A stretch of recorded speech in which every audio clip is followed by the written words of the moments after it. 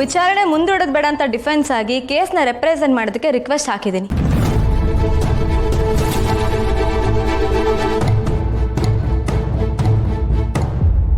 ಇದು traffic rule violation case ಅಲ್ಲ your honour, murder case. 3 murder ಆಗಿದೆ ಅಂತ ಡಾಕ್ಟರ್ ನಿಧಿ ಅವರಿಗೆ ಜ್ಞಾಪಿಸೋದಕ್ಕೆ ಇಷ್ಟಪಡ್ತೀನಿ. ಎಕ್ಸಾಕ್ಟ್ಲಿ.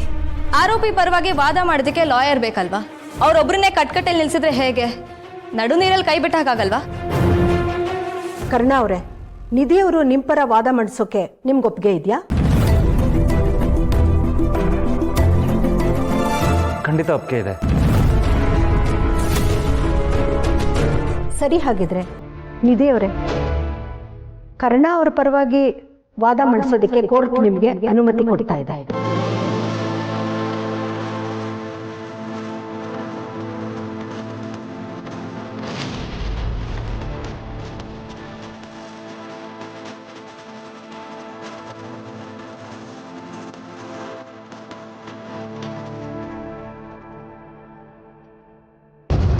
ಮತ್ತೆ ಏನಿದು?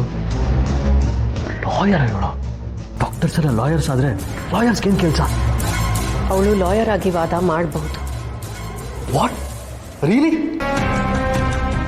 ಒಂದು ವೇಳೆ ಕೇಸ್ ಫೈಟ್ ಮಾಡೋಕ್ಕೆ ಲಾಯರ್ ಇಲ್ಲ ಅಂದರೆ ಅದು ಸ್ಪೆಷಲ್ ಕೇಸ್ ಅಂತ ಕನ್ಸಿಡರ್ ಆಗುತ್ತೆ. ಸೊ ಯಾರೇ ಇದ್ರೂ ಕೇಸ್ ಫೈಟ್ ಮಾಡ್ಬೋದು, ಅದಕ್ಕೆ ಲಾಯರ್ ಆಗಲೇಬೇಕಂತ ಏನಿಲ್ಲ. ಎಲ್ಲ ಕಡೆ ತನ್ನ ಬುದ್ಧಿವಂತಿಕೆನ ಪ್ರದರ್ಶನ ಮಾಡಕ್ಕೆ ಬರ್ತಾಳೆ. ತಾನಾಯ್ತು ತನ್ನ ಕೆಲಸ ಆಯ್ತು ಅಂತ ಇರೋಕ್ಕಾಗಲ್ವಾ? Intelligent fix.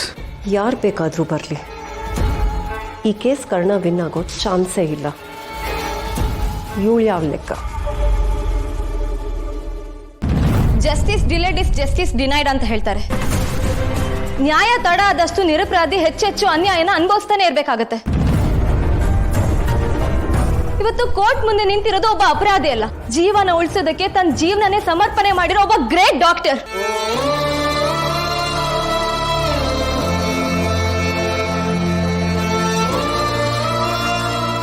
ವಸಿಷ್ಠ ಹಾಸ್ಪಿಟಲ್ ಅಲ್ಲಿ ಇಲ್ಲಿವರೆಗೂ 1000 ಡೆಲಿವರಿ ಆಗಿದೆ, ಅದರಲ್ಲೂ 100ಕ್ಕೂ ಹೆಚ್ಚು ಐರಿಸ್ ಕೇಸಸ್.